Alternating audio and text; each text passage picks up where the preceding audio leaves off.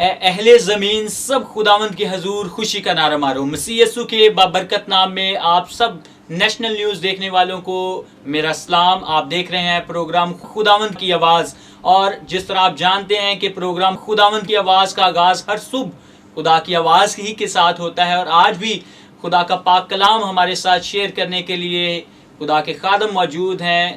خدا کے خادم عالی جناب تقدس مآب بشپ یوسف سہیل صاحب، آپ چیئرمین ہیں اسمبلی آف بلیور چرچ کے، اور اس کے ساتھ ساتھ آپ بشپ کونسل آف پاکستان کے بھی چیئرمین ہیں۔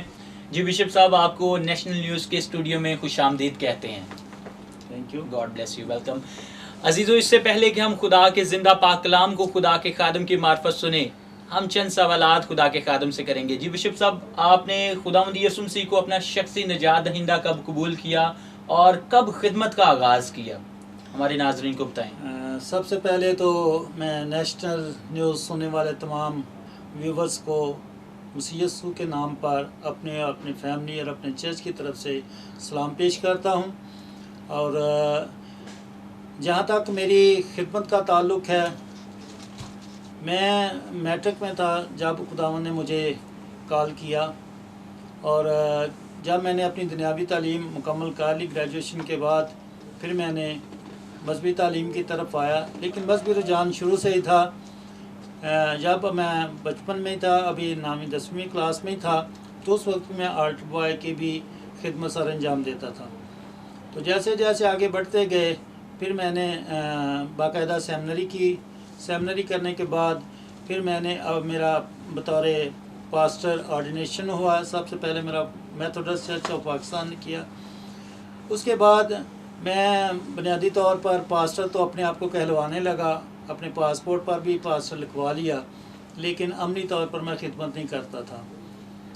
تو ایک دن ایسے ہی ایک خدا کے خادم آئے، تو انہوں نے مجھے کہا کہ آپ خدا کو ٹھگتے ہو، آپ خدا کے دی ہوئی جو ٹائٹلز ہیں اس سے آپ فائدہ تو اٹھا رہے ہیں، کیونکہ اس نے مجھے 2-3 بار بیرون ملک بطور پاسٹر جاتے ہوئے دیکھا تھا۔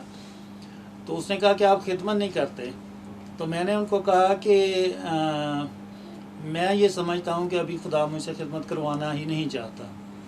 میں نے اس کو یونا نبی کی مثال دی کہ خدا سے خدمت لینا چاہتا تھا، لیکن وہ خدمت کرنا نہیں چاہتا تھا، تو پھر بھی خدا نے اپنے زور بازو کو استعمال کرتے ہوئے اسے اس خدمت کے لیے لے کر گیا۔ تو میں نے کہا کہ خدا نہیں چاہتا، یا میں سمجھتا ہوں کہ خدا ابھی وہ میرا وقت نہیں آیا کہ میں خدمت میں آؤں، تو اس لیے اس نے کہا نہیں، یہ آپ ویسے ہی جھوٹ بول رہے ہیں، آپ اپنے آپ کو تسلیاں دے رہے ہیں۔ تو اچانک میرے منہ سے نکلا، میں نے کہا کہ اگر خدا کسی سے خدمت لینا چاہے تو وہ ٹانگ توڑ کر بھی خدمت لے سکتا ہے۔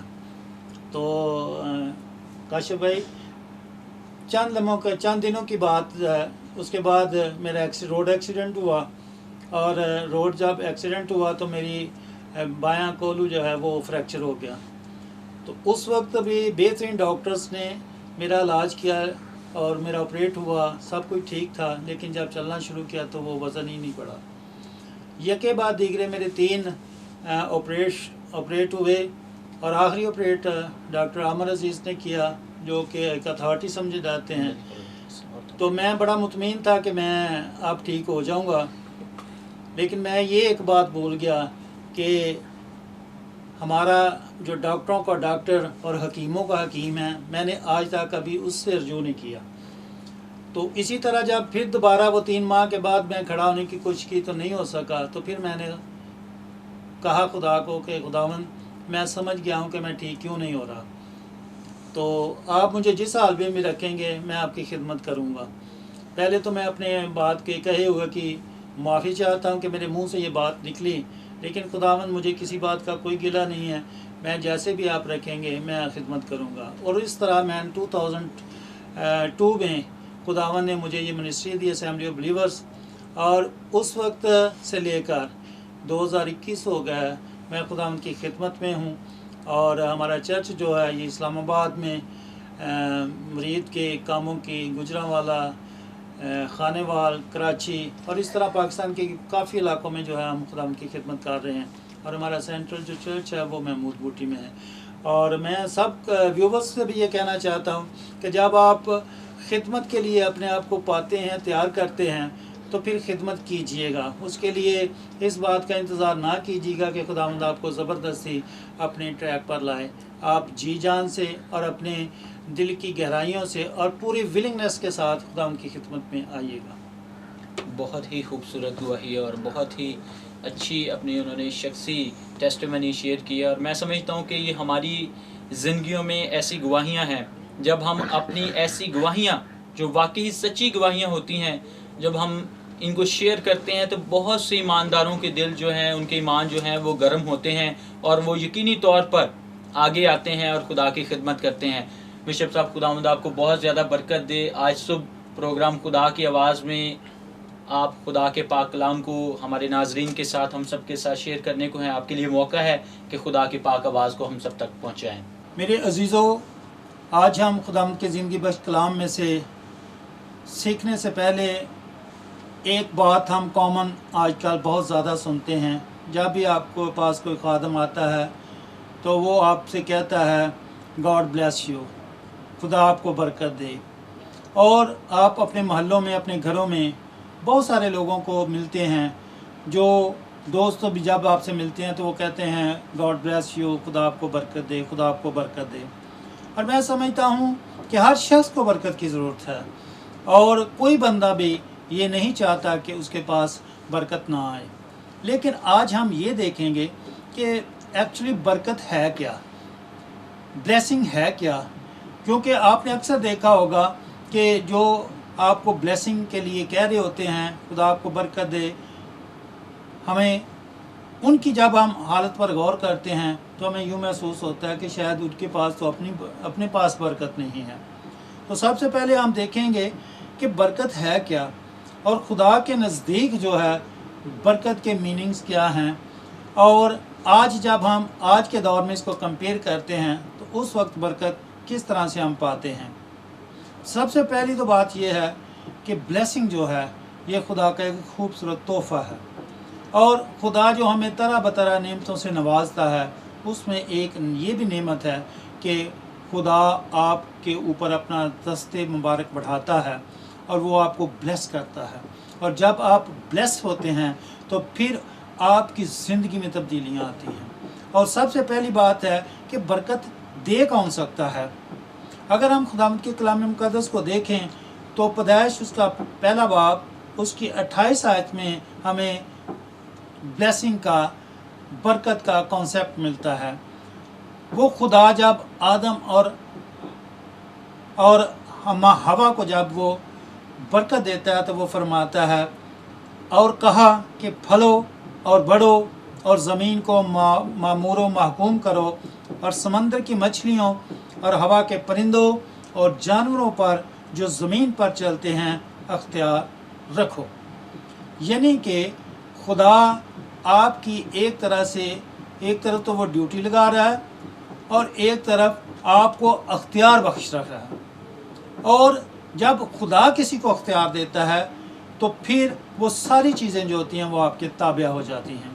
जैसा कि खुदा ने उस वक्त हमारे जद्द अमजद बाबा आदम और अम्मा हवा को ये अख्तियार दिया था कि तुम ज़मीन को मामूर व महकूम करो और समंदर की मछलियों और हवा के परिंदों और जानवरों पर जो ज़मीन पर चलते हैं अख्तियार रखो। तो आज आप देख लें वो ज़मीन पर चाहे वो किसी किस्म का भी जानवर है, किसी किस्म का परिंदा है, सब इंसान के ताबिया हैं। वो उनसे वो काम लेता है जो कि शायद इंसानी अकल उसको परख भी नहीं सकती, इंसानी अकल दंग रह जाती है। लेकिन ये खुदा की वही दी हुई बरकत है जिसके वसीला से वो नस्ल दर नस्ल इंसान के ताबिया हैं। और इससे हमें अंदाज़ा होता है कि खुदा ही है जो बरकत देता है। और अगर हम एक और मिसाल को देखते हैं, हमारे जो बाप इब्राहिम हैं उसको भी खुदा ने बरकत दी थी।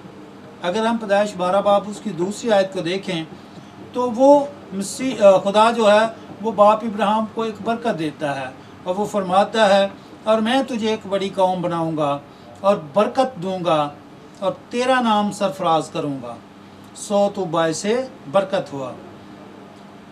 यानी कि खुदा यहाँ पर भी बढ़ोतरी की बात कर रहा है। वो बाप इब्राहिम को कहता है कि मैं तुझे एक बहुत बड़ी कौम बनाऊंगा और बरकत दूंगा और तेरा नाम सरफराज करूंगा। और ये उस वक्त की बात है जब अभी बाप इब्राहिम जो है वो अकेला ही था। और जब खुदा किसी को बरकत देता है तो वो फिर मल्टीप्लाई होना शुरू हो जाता है, वो इनफरादी तौर पर बढ़ना शुरू कर देता है, वो ख़ानदानी तौर पर बढ़ना शुरू कर देता है, वो माली तौर पर बढ़ना शुरू कर देता है और उसकी ग्रोथ दिन ब दिन बढ़ती जाती है। और खुदावंद की बरकत उस शख्स पर, उसके ख़ानदान पर, उसकी रूहानी ज़िंदगी पर, उसकी जिस्मानी ज़िंदगी पर हमें नज़र आती है। और फिर वो तीसरी आयत में लिखता है, 12 बाब उसकी तीसरी आयत में, और जो तुझे मुबारक कहें मैं उनको बरकत दूंगा। और फिर आगे जाकर वो फरमाता है और ज़मीन के सब कबीले तेरे वसीला से बरकत पाएंगे। अजीज़ों, ये है वो लाजवाल बरकत जो खुदा दे सकता है, ये कोई इंसान किसी को नहीं दे सकता। खुदा ने बाप इब्राहिम को कहा कि मैं तुझे बड़ी कौम बनाऊंगा और फिर क्या करूंगा, तेरा नाम सरफराज करूंगा। और आगे जाकर वो फरमाते हैं और जो तुझे मुबारक कहेंगे मैं उनको भी बरकत दूंगा।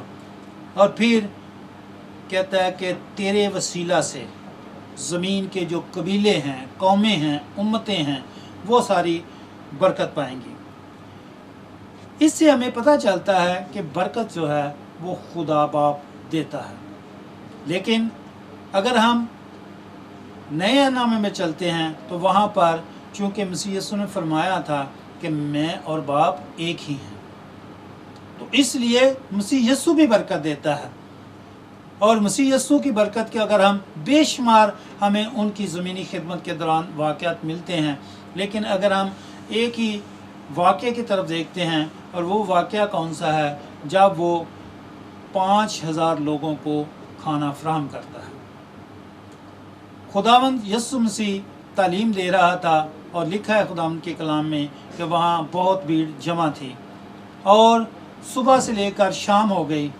तो शागिर्दों ने आकर मसीह यीशु से कहा कि खुदावंद रात होने के करीब है, तू इनको रवाना कर दे ताकि ये अपने लिए कुछ खाने पीने का चीज़ें ख़रीद सकें या बंदोबस्त कर सकें। अब मसीह यीशु ने फरमाया कि तुम ही इनको कुछ खाने को दोगे। और फिर दूसरा इरशाद मुबारक फरमाया कि तुम्हारे पास क्या है। तो उन्होंने कहा कि हमारे पास एक लड़का है जिसके पास 2 मछलियाँ और 5 रोटियाँ हैं। अब फिर क्या किया, खुदावंद यीशु मसीह ने कहा कि वो उनको मेरे पास लाओ।